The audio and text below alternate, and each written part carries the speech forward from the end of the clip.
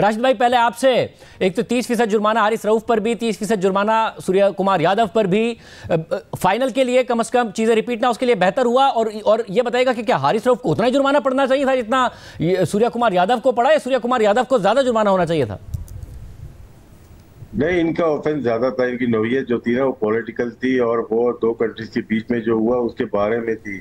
इसके अलावा आप शुभमन गिल का उसी रात को बयान देख लें, आप x.com पे मौजूद है, जिसमें उन्होंने डेडिकेट किया था। ये भी एक ऑफेंस है, इनको भी दायरे में लेके आना चाहिए था। उसी रात बीसीसीआई ने भी एक ट्वीट की है, उसमें भी उन्होंने सराहा है कि जो हमारे कैप्टन ने बोला बिल्कुल ठीक है, और हम बैक करते हैं on end of the field. तो मुझे हैरत इस बात की है कि इन लोगों को क्यों नहीं किया गया, जुर्माना नहीं किया गया, बुलाया नहीं गया, क्योंकि ये ज्यादा बड़ा जुर्म है जो कि साहबजादा फरहान ने किया है या हारिस रऊफ ने किया। ये तो एक्ट था ना, वो हो सकता है, लेकिन ये तो आप लिख रहे हैं ऑन रिटर्न है, सामने ही लिखा हुआ है, मेरे पास रखा हुआ है दोनों का, बीसीसीआई का भी, शुभमन गिल का भी। और मुझे बहुत हैरत है कि आईसीसी ने इसको देखा नहीं और किसी ने इसको रिप्रिमाइंड किया नहीं। और जो हुआ मेरे ख्याल से कप्तान के ऊपर कम हुआ है। ये सस्पेंशन होती है यहाँ पे फाइन नहीं होते। जब आप चले जाते हैं ना डिस्क्रिमिनेशन कोड में, वहां पे सस्पेंशन होती है, वहां पे आपको डीमेरिट पॉइंट दिए जाते हैं।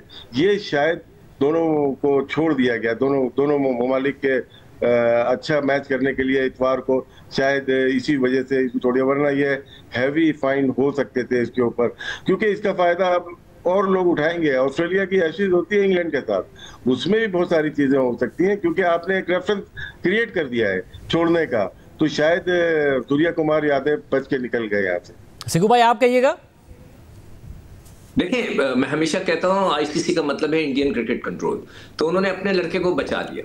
ये रेफरी को ये देखना चाहिए था कि जब भी कोई ऐसी वारदात होती है कि शुरू किसने किया, इब्तिदा किसने की। बदतमीजी की जो इब्तिदा है वो भारत की तरफ से हुई, और उसके बाद उसका थोड़ा सा, और जो भारत ने की, जैसे अभी राशिद ने बोला, वो तो आपने बयान दे दिया, सबके सामने बैठ के कह दिया कि जनाब हमने ये किया और उसको डेडिकेट किया।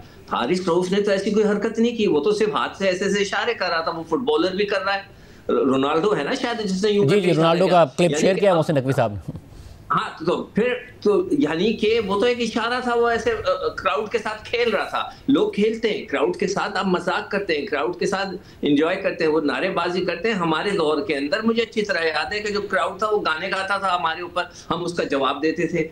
तो इसका ये मतलब हुआ कि उसने बहुत बड़ा जुर्म कर दिया। तो जो राशिद कह रहा है कि बिल्कुल सही किया है कि ये इब्तिदा की है, उसने जुर्म की इब्तिदा की है कुमार ने, और उसको ज्यादा बड़ी सजा मिलनी थी। उसको एक आधे मैच का सस्पेंशन होना चाहिए था, चाहे वो फाइनल के बाद आप कर देते, उसको देते, मगर आपने नहीं किया। उस रऊफ ने इतना बड़ा काम नहीं किया। वो तो अगर कैमरा उसको पकड़ता नहीं तो किसी को पता नहीं चलता, मुंह से तो उसने बोला नहीं, उसने तो ऐसे इशारा किया। यानी कि अब ये बात साबित हो गई है कि जो भारत है, हिंदुस्तान है, उसको उसने एक्सेप्ट कर लिया है कि 6-0 जो है उसका एक चिड़ बन गई है, और 6 उसने ये बात साबित कर दी है इस बात को रिएक्ट करके कि उनके 6 जहाज गिरे थे, जो वो कह रहे थे नहीं गिरे नहीं गिरे। तो अब ये बात साबित हो गई है और उन्होंने इसको अपनी चिड़ बना लिया। अगली दफा क्या मैं 6-0 लिख के बैठ जाऊं स्क्रीन के सामने, एक टी शर्ट पहनूं, मेरी मर्जी है, तो इसका क्या मतलब हुआ कि मुझ पे फाइन कर देंगे आप? ऐसा नहीं होता। मैं समझता हूं कि ये उन्होंने गलत किया है, और उनका जो कप्तान है उसको बड़ी सजा मिलनी चाहिए थी, इसलिए कि फसाद उसने शुरू किया है। जो फसाद शुरू करता है उसको सजा ज्यादा पड़नी चाहिए, जो रिटेलिएट कर रहा है, अपने दिफा में रिटेलिएट कर रहा है, उसको कम मिलनी चाहिए। अहमद, आप बताएगा, आपने तो जाहिर है क्योंकि हालिया सालों में क्रिकेट खेली है, तो आप जानते हैं कि कितना कोड ऑफ कंडक्ट स्ट्रिक्ट होता है, क्या इंस्ट्रक्शंस होती हैं प्लेयर्स को, कितनी होना। ये जो सजा है 30% आपके ख्याल में ये फेयर है? नहीं, I agree with both the gentleman here.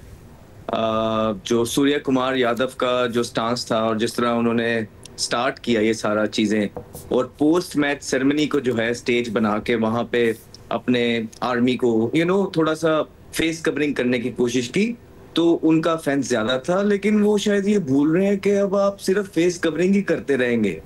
जो पाकिस्तान की तरफ से होना था, जो पाकिस्तान की आर्मी ने, पाकिस्तान की एयरफोर्स ने करना था, वो कर बैठे थे।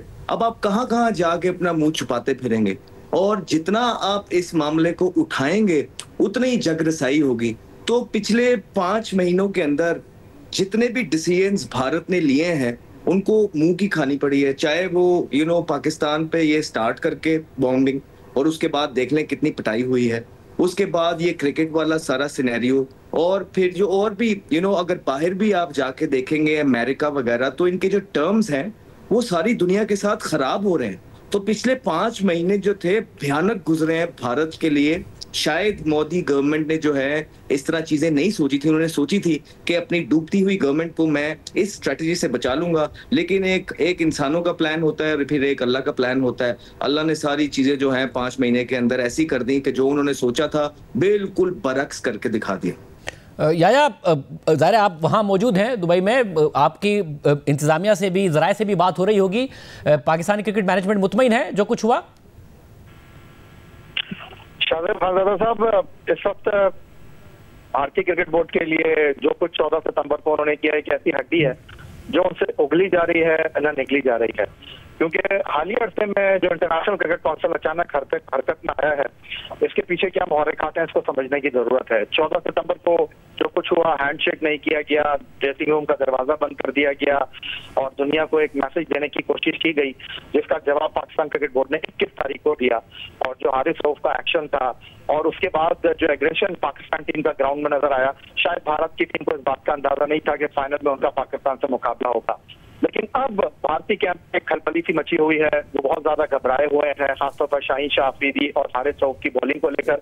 अगरचे मेरा ये कहना शायद बहुत सारे लोगों को हजम ना हो, उनको ये हैरानकुन लगे कि यार जो भारत की बैटिंग लाइनअप है वो पाकिस्तान की टीम से डर रही है। तो इसका खुलासा आपको 28 तारीख को हो जाएगा, जब भारत की टीम प्लान कर रही है कि पाकिस्तान के खिलाफ बाद में बैटिंग नहीं करना, क्योंकि उनके लिए अब $1 मिलियन क्वेश्चन ये होगा कि वो 2 मैच तो जीते हैं, लेकिन 28 तारीख को अगर पाकिस्तान टीम ने 2017 की तारीख को दोहराया तो फिर भारत के लिए एक बहुत ही अजीबोगरीब सी सिचुएशन होगी, एक कोहराम मच जाएगा। तो भारत की क्रिकेट बोर्ड में और इस वक्त इंटरनेशनल क्रिकेट काउंसिल में एक अजीबोगरीब सी सिचुएशन है, और उस वजह से इस वक्त ये मैच रेफरी की हेयरिंग और ये सारी चीजें हो रही हैं, क्योंकि अब उनको खतरा ये है कि जो पाकिस्तान टीम है वो अब क्या करेगी। उन्होंने तो जो करना था वो कर लिया और अब वो ये सारी चीजें समेटना चाह रहे हैं।